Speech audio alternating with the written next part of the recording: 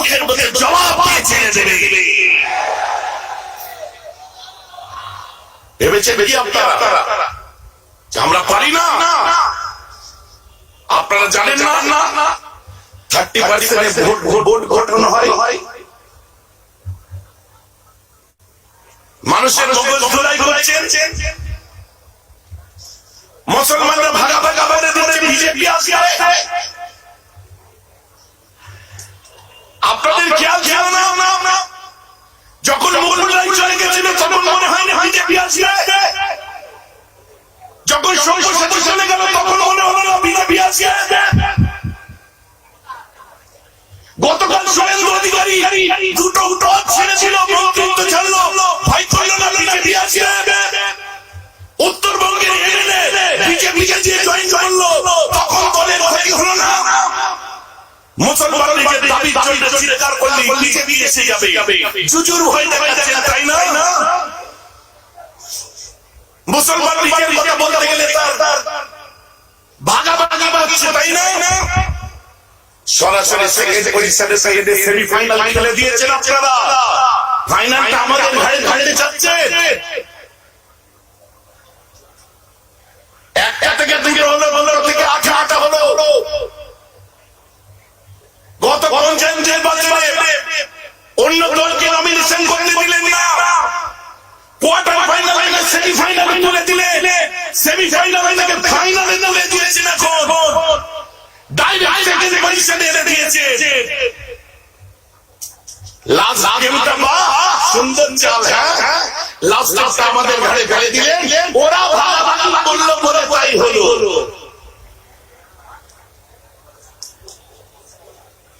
মগজ গোলাই গোলাইছে মানুষ। শুনুন, এসব কথাই ছেড়ে ভিড়বে না। আমাদের দাবি আমাদের ফিরিয়ে দিয়ে দিন। চাকরি বাকরি আদি সামাজিক অবস্থান বান্ধে মুসলমানদের ন্যায্য পাওনা আদায়ে তাদের যেসব দাবি দাবা, সংখ্যালঘু মানুষ সমস্ত চাকরির হার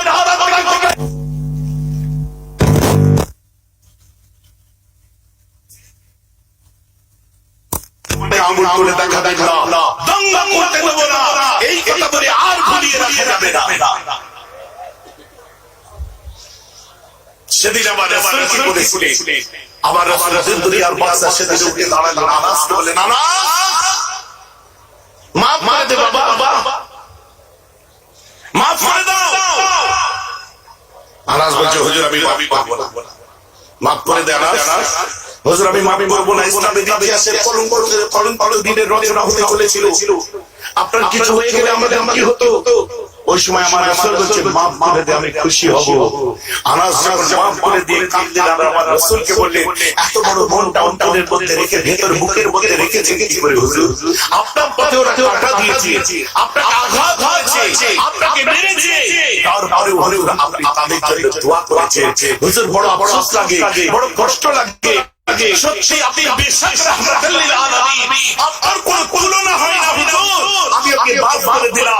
আমার রাসূল বলছে, সুম্মা দাহিতা আমার রূহে তাই, আমার রাসূল হেসে উঠে বললেন, ওরে ওরা যতই আমাকে কষ্ট দিই, ওরা যতই আমাকে আঘাত দাও, সোজা চলে যাও বাইতুল মাল থেকে একটা বড় অনুপকে ওভারলোড করো, আর বেচারা গরীবটার বাড়িতে পাঠিয়ে দাও।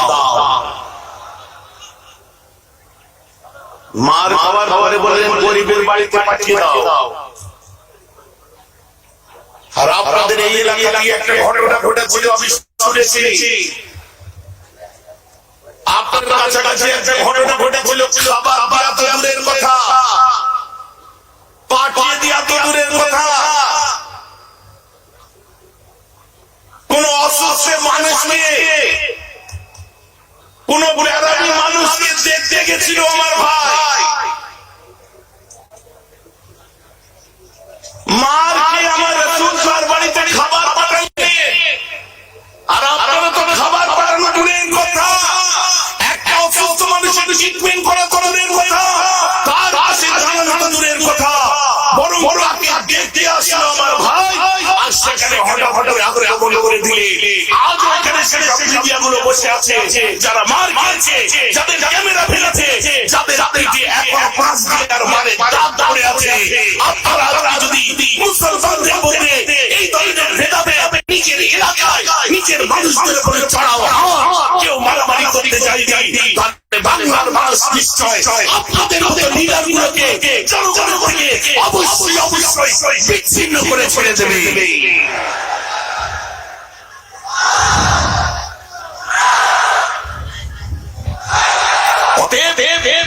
আমরা ভুলে যাচ্ছি আদর্শগত দিকটা, আমরা ভুলে যাচ্ছি।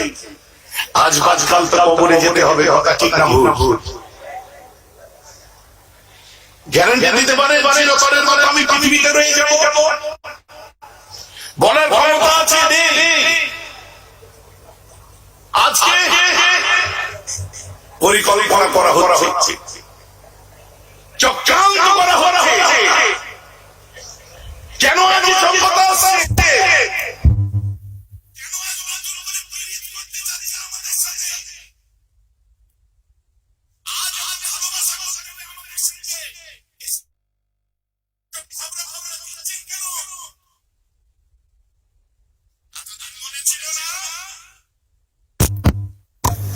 এতদিন আমরা মরেছিলাম, বেঁচেছিলাম না। এতদিন পরে মনে পড়লো যে না, আরো কেউ আছে, কোনো কথা শোনাতে হবে, কারো আওয়াজ আমাদের শোনা দরকার। প্রতিনিধিত্ব করতে এসেছি সমাজের মুখে, তাদের আলোচনা আমাদের জানতে হবে। এতদিন পরে মনে পড়লো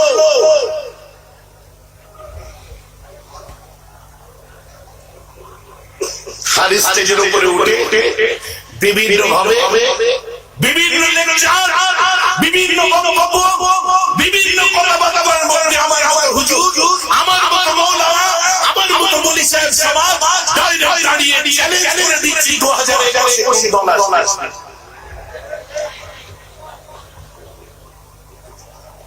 আর তোমরা পুরা মুসলমানের মতো হই হই হই দৌড়চ্ছ তাদের দিকে।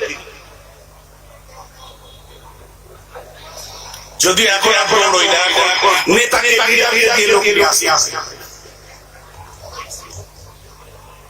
আবার অনেকে উকিল করছে আপনাদের নিজেদের মধ্যে এত ঝামেলা হলে ওখান থেকে যাবো। আপনাদের এই কথাটা তো আমার কথা। আজকে যদি আমার কথা শুনতে পারে আমার ভাই, তো আমার বাড়িতে আমার কথা কেন শুনছেন আপনার ভাই? কেন মর্যাদা দেওয়া হয় আপনাদেরকে? কেন বলেন যে আমার বাড়িতে যোগ্য ছেলেরা আছে? কেন বলা হলো বারবার যে এক জঙ্গলে দুটো রাজা হতে পারে না? কোন সাম্রাজ্যের কথা শোনাচ্ছেন সাহেব? তাই জন্যই তো আমি বলেছিলাম যে আপনাদের যে আলোচনা করা দরকার, বোঝানো দরকার, তারা ছোট, তারা ভাই ভাই, তারা ছোট ভাই, তাদেরকে ডেকে নিয়ে গিয়ে ঘরের মধ্যে বসে সাঙ্গা ধরে বড় চাচা হিসেবে চড়বে বুঝান।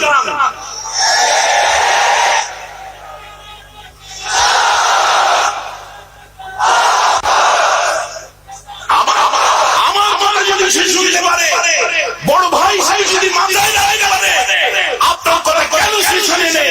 কেন শুনবে না? আপনার নিয়ে তাকে বসে ঘরের সমস্যা ঘরে না রেখে আমার বোঝা জামানে সিলসিলার আলেমের মধ্যে অল্প কিছু মানুষের মধ্যে ভেদাভেদ সৃষ্টি করা কেন হচ্ছে?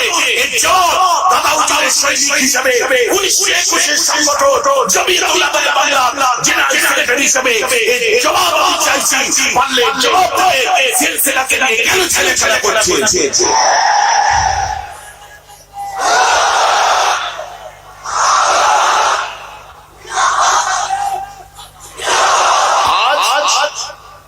খুব সুন্দর করে উঠে বলে দিচ্ছে সিলসিলার বড় কঠিন জিনিস এসেছে। পানি পানি বলে দিচ্ছে সিলসিলার কঠিন জিনিস এসেছে। আমি মেহরাব আজ বলে দিলাম শুরু বোঝা বোঝাতে জামানের সিলসিলার বড় কঠিন দিন আসেনি। কঠিন দিন যদি আসে আমাদের এসেছে। কারণ মুজাদ্দিদ জামানের সিলসিলা কোন পীর জানের উপর বেস করে নয়, কোন হুজুরের উপর বেস করে নয়। মুজাদ্দিদ জামানের সিলসিলা কোন মেহরাব সাদিকের উপর ডিপেন্ড করে না। যতক্ষণ পর্যন্ত সিলসিলায় কাফরা আলেম উলামারা করে আছে, কলম কলমে যতক্ষণ পারবে তারা যারা সিলসিলার জন্য প্রাণ দিয়েছে, জিহাদ করেছে, বাহাদ করেছে, আলেম উলামারা যতদিন একজন বেঁচে থাকবে, মুজাদ্দিদ জামানের সিলসিলা কালো জিন্দাবাদ ছিল, আজ জিন্দাবাদ আছে, কিয়ামত পর্যন্ত জিন্দাবাদ হয়ে যাবে।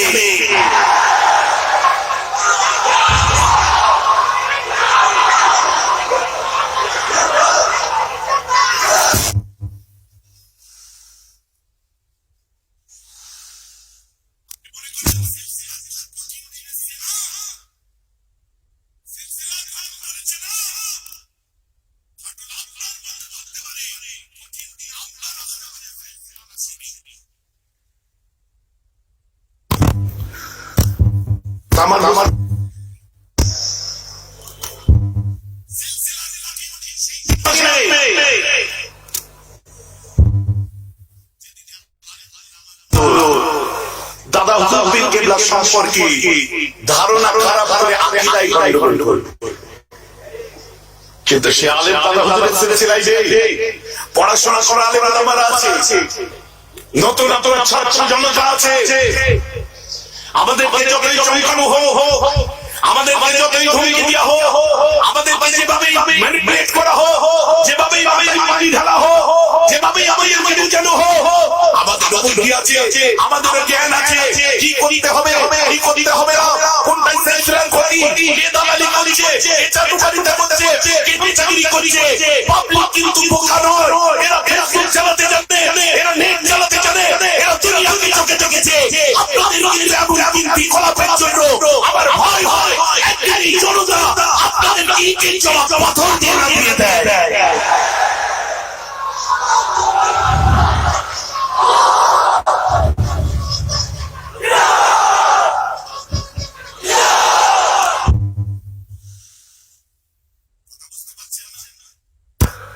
আমাদের সাবধানতা অবলম্বন করতে হবে, আমাদের সংযত হতে হবে।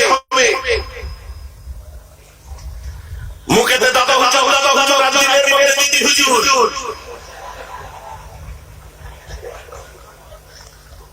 ও চলবে না। দিদিকে ভালোবাসো, দিদির জায়গা থেকে বসো, দাদাকে ভালোবাসো, দাদার জায়গা থেকে ভালোবাসো। আর মুখেতে দাদা হুজুর যদি বলে তাহলে আর দাদা হুজুর বলে দিলে কথা বলবেন না, সরাসরি চলে যাবে সেই ময়দানে।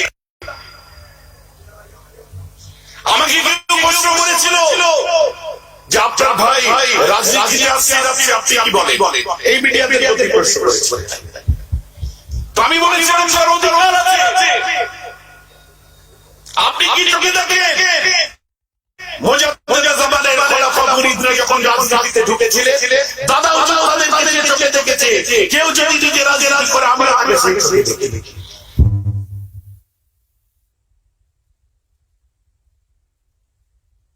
ভাইজান, আপনি কি জানেন পার্টি করছে? এখন পর্যন্ত দল ঘোষণা হয়নি। দল ঘোষণার আগে যদি ঘোষণা করে লাফালাফি,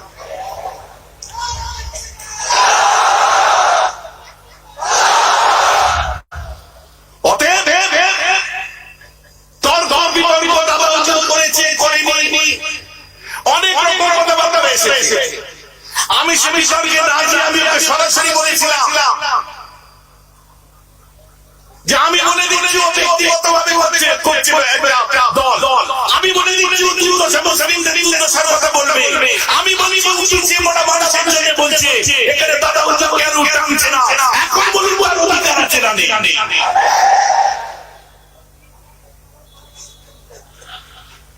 শ্বাসরুদ্ধ করার মানসিকতা আসছে কোথা থেকে? বলছে আমরা চাল দিয়েছি, বলছে আমরা জব কার্ড দিয়েছি, বলছে আমরা এই দিয়েছি ওই দিয়েছি। আপ দেওয়ার আগে একটা কাগজে লিখে দিই যে এগুলো একমাত্র যারা পার্টির ঝান্ডা হাতে নেবে তাদেরকে দেওয়া হবে লিখিত নোটিশ দিয়ে তারপরে দিই। আর যদি বলেন না এগুলো সবাইয়ের জন্য, ওকে দিয়েছেন বলে কোনো দয়া করেননি, ওটা আমার পাওনা আমাকে দিয়েছেন, ভিক্ষা দেননি। কথা বুঝতে পারছেন না?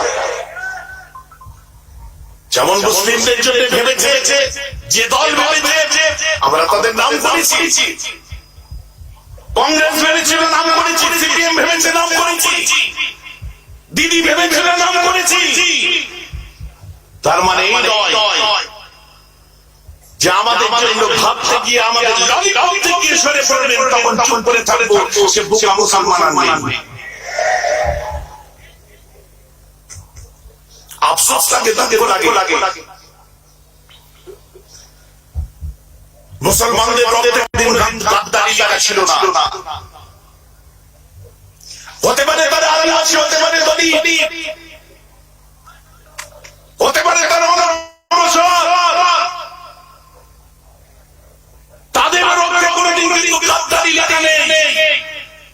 মুসলমানদের রক্তে গাদ্দারি লেখা নেই। স্বাধীনতার উপরে পরিণতি ইতিহাস আমরা দেখিনি। আজকাল যে রাজরাজ হচ্ছে মুসলমানদের 67% সংখ্যার উপরে রাজরাজ হচ্ছে। বাঙালি এদেরকে সত্যি বলেছিল, তাই সরেছে আছে তার উপরে, কিন্তু এরা গাদ্দারি করেনি। বারবার তাদের ভোট তুলে দেওয়া হচ্ছে, জয় তোমরা দ্বিতীয় শ্রেণীর নাগরিক হিসেবে থাকো, তা না হলে তোমরা দেশ ছেড়ে চলে যাও। ভাড়া চেয়ে নাকি আমরা ভাড়াটিয়া নাকি আমরা? আমাদেরকে রেশন কার্ড দিয়েছেন, ভাড়াটিয়ার বিল দেননি, এটা মাথায় রাখবেন। আমাদের আধার কার্ড দিয়েছেন, যে সে নাগরিক হিসেবে ছোট ভাড়াটিয়ার বিল দেননি, আমরা মাথায় রাখবেন। কারণ এই জন্য এই মাটি জন্ম নিয়েছি, আমার নারীটা এই মাটিতে কোথা আছে। এই মাটির মধ্যে আমি খেলাধুলা করে মায়ের বলে বসেছি, এই মাটি আমরা নামাজ চেষ্টা করেছি আল্লাহকে, এই মাটি মরবো, এই মাটি জানাজা হবে, এই মাটি কবর হবে। যখন মুসলমানের একটা কবর ভাঙবে, তখন ভালো সাক্ষ্য দেবে মুসলমান ভালোবেসেছে, তাই মুসলমানকে আমি আমার কবর করে রেখে দিয়েছি। আজ তাদেরকে কোন চোখে দেখছেন আপনি? আগের দিকে বলেছিলাম, আমি আবার বলে দিই, জনসন বাড়ি কাঞ্চন কালচার চলতা, মুরগির পাখনা দিয়ে কাঞ্চন কালচার চলতা, হাঁসের পাখনা দিয়ে কাঞ্চন কালচার চলতা, কিন্তু বাঘের লেজ দিয়ে কোনদিন কাঞ্চন কাটার চেষ্টা করবেন না। কারণ যারা শুয়ে থাকে ঘুমিয়ে থাকে, এরা যারা কাঞ্চন করবে, এদের দৈত্যের ভাঁজ যেদিন ধরবে, আপনাদের সেই বাংলা জোয়ারে পাছায় শিশু নদী নদীতে ফেলে দেবে।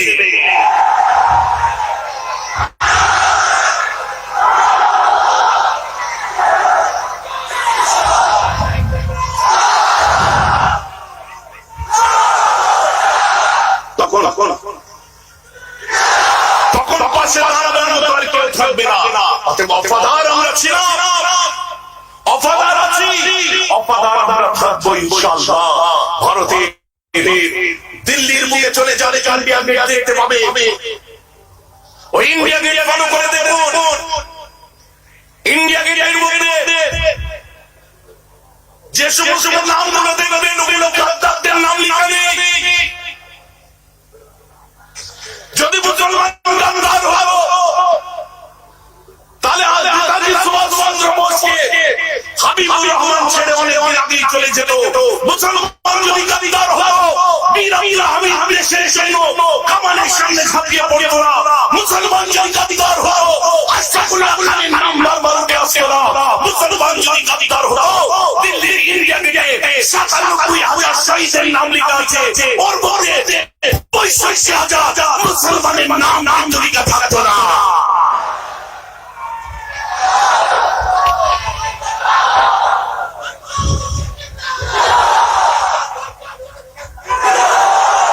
মুসলমান কোনদিন গাদ্দার ছিল না। আপনারা এদেরকে মেরে মেরে মেরে মেরে খা করে দিয়েছে।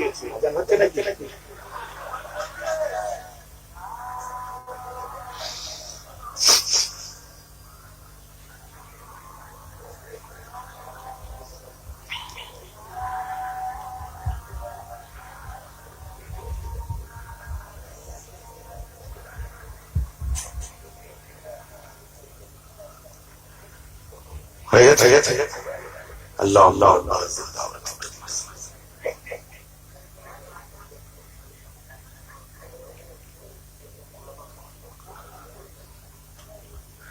আমার কথা আপনারা বুঝতে পারছেন? আর বেশি সময় নেই, নামাজের সময় হয়ে গেছে। আপনারা জানেন একটু অল্প কথায় গল্প করতে এসেছিলাম, শুধু আপনাদেরকে এত বুঝিয়ে দিয়ে ভয় করার নয়, আমাদের সামনের দিকে তাকিয়ে আগিয়ে যাওয়াটাই হচ্ছে মুমিনের কাজ। একটা ছোট্ট কথা বলে বিদায়। ছোট্ট কথা, আমাদের সময় হয়ে গেছে। সেই ছোট্ট কথা, আল্লাহ রাসূলের আনসারী সাহাবা ছিলেন হযরত সাদ বিন মুআয। হযরত সাদ বিন মুআয যখন মক্কায় আসে, ওই সময় উমাইয়া বিন খালফ সাদ বিন মুআযের শুনলেন কথাটা। সাদ বিন মুআযের বন্ধুসুলভ ব্যবহার ছিল, তার সাথে সম্পর্ক ছিল। সাদ বিন মুআয যখন আসলো, ওই সময় বলে, দেখো আমি তো মদিনা থেকে এসেছি, একটু কাবাটা তওয়াফ করব।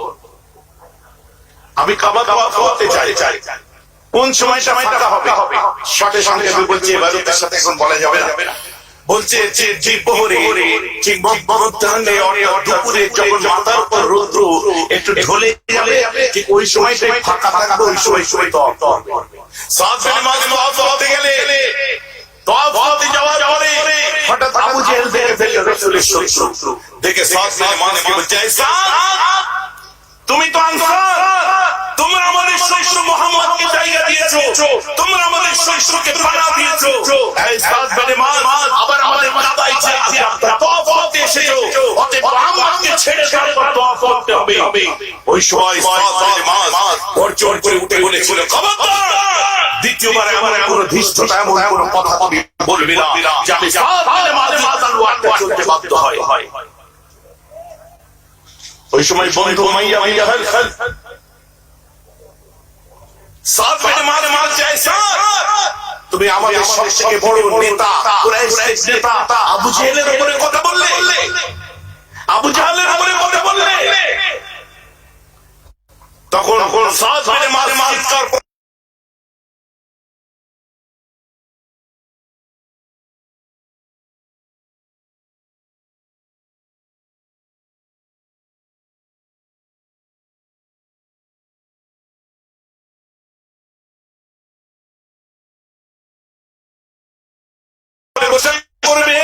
যারা আমাদের গলা গলার চেষ্টা করবে, যারা দাবি বলতে গেলে আমাদেরকে চেপে দেওয়ার চেষ্টা করবে, যারা রাসূল মাহফিলের উপরে হাত চালাবার চেষ্টা করবে, যারা মিলাদুল নবীর মাহফিলকে বন্ধ করার চেষ্টা করবে, যারা জানাজার মাহফিলকে বন্ধ করার চেষ্টা করবে, যারা আমাদের দাবি দাবা রাসূলের মুখ থেকে মুসলমানদের দাবি দাবা বলা বন্ধ করার চেষ্টা করবে, তারা যেও কাজ করে আমরা তাদের সাথে তার ডাবল অনুদান দিয়ে দেখাবো। আর ইসলাম আমাদের দিয়েছে পিছিয়ে পড়া নয়, পিছিয়ে পড়া মুমিন নয়, নিনমিন হয়ে যাওয়ার নাম মুমিন নয়, ঘাবড়ে যাওয়ার নাম মুমিন নয়। চোখে চোখ রেখে কথা বলার নাম হচ্ছে মুমিন। হায়দারে আল্লাহর কথা মাথায় রেখে আগিয়ে যাবে, দাবি দাওয়া বলতেই পারে। গণতন্ত্র আছে দেশে, কোথায় কোনো অন্যায় নয়, গণতান্ত্রিক অধিকারের কথা থেকেই বলতে পারে, বলবে, আমরাও বলবো। আর বিস্তারিত আলোচনা নয়, আবার রাসূলের উপরে একটু সালাত আল্লাহ পেশ করি, আমার বক্তব্য শেষ করব। ইয়া নবী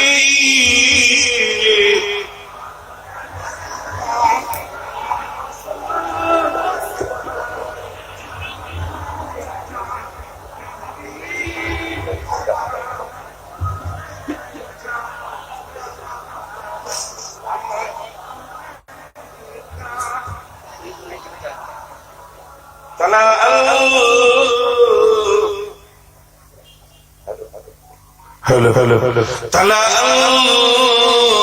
badru alayna min saniyatil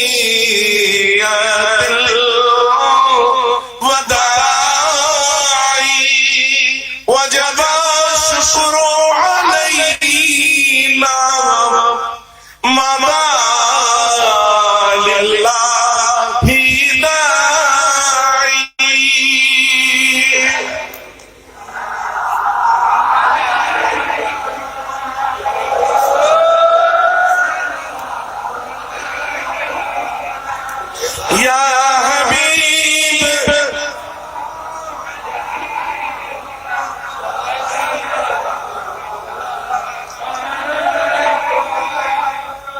أنت شمس أنت بدر أنت نور فوق نوري أنت يكسر واني أنت مصباح الصدور.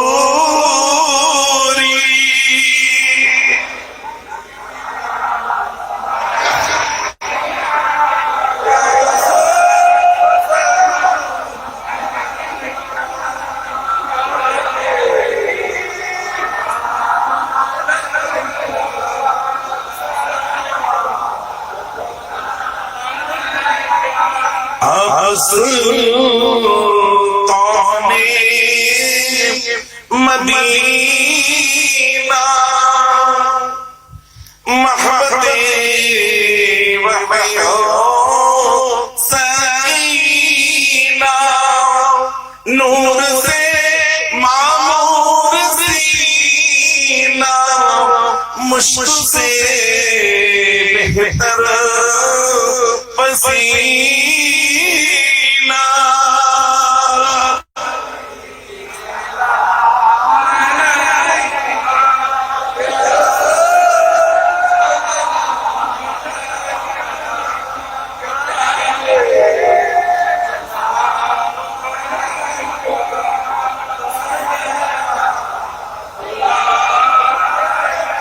या नबी या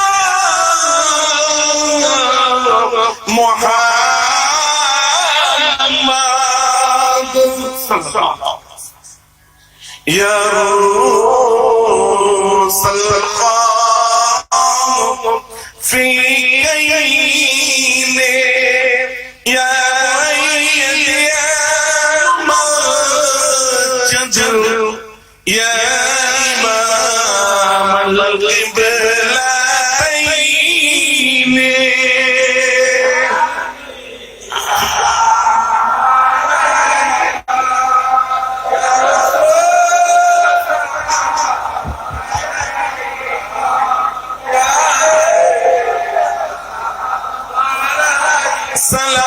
صلوات الله عليك يا رسول بربريدا ببربلا بللولا.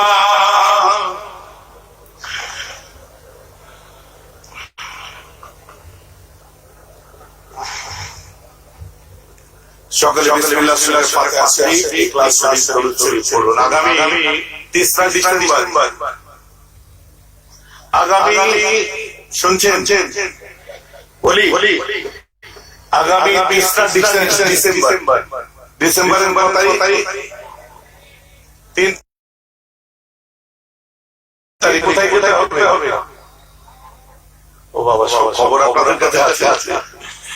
গুড. আগামী 30 ডিসেম্বর লাউহাটিতে একটু অল্প কিছুটা রাস্তা একটু হাঁটবো. এমিনিয়াল মেট্রোনের কালাকাতুর যেগুলো আমরা বিভিন্ন জায়গায় প্রতিবাদ করেছি, সেদিনে আমাদের প্রতিবাদ সভা থাকবে লাউহাটি স্কুল মাঠে. আপনার ঈদগাহ ময়দান লাউহাটি. আপনারা বেলা 11টার দিকে পৌঁছে যাবেন. 1টা থেকে 2টোর মধ্যে পৌঁছাবার চেষ্টা করবেন. আপনাদেরকে দাওয়াত দিচ্ছি. হাত তুলে আমি বলছি গাড়ি করবে.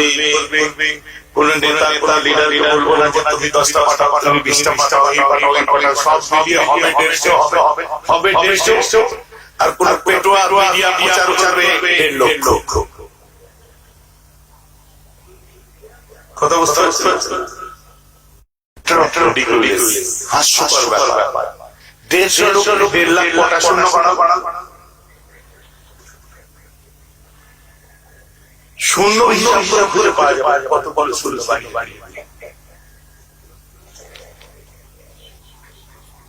সমাজের জন্য যারা কাজ করতে এসেছে, যে সমস্ত ইউটিউবাররা আছে, যে সমস্ত ইলেকট্রনিক্স মিডিয়া আজকে বহু মিডিয়া এখানে এসেছে, ব্যক্তিগতভাবে অনেকের সাথে আমার পরিচয় আছে, পরিচিত আছে, ছোট ভাই তারা আমার কাজ আমার কাজ করে, সরি আমি বলবো সমাজে কাজ করে আমার সম্পর্ক সরি আমি আমার কাজ সমাজের কাজ তারা করে, তারা একটা পার্ট হিসাবে আমার গুরুত্ব আছে বলে তারা মনে করে, তাই তারা এখানে যায় এবং সঠিক কথাটা তারা সম্প্রচার করে।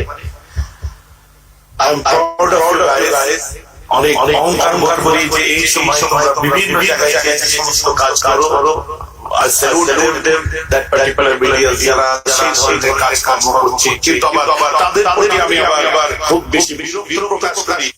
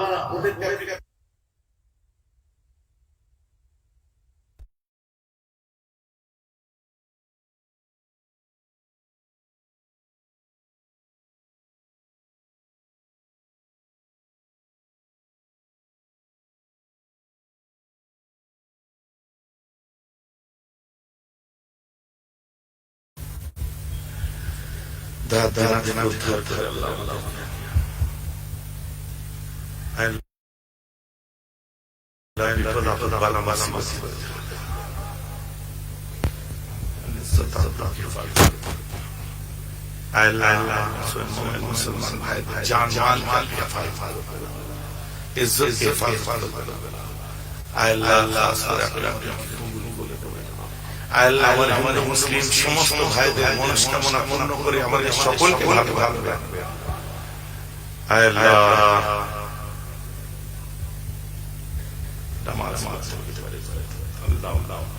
মা বোনগুলো আছে আল্লাহ আমাদের সংসারে ইমানের কালমা শরীফ আল্লাহ আমার ভাই সাথী সব ছেলেরাই বলছে আল্লাহ আপনাদের ইজ্জতকে বরকরার রাখবেন আল্লাহ আমাদের সকলকে আপনি কবুল করবেন আল্লাহ ওয়া সাল্লাল্লাহু আলা মুহাম্মাদ برحمتك ولا إله إلا الله السلام عليكم استجيك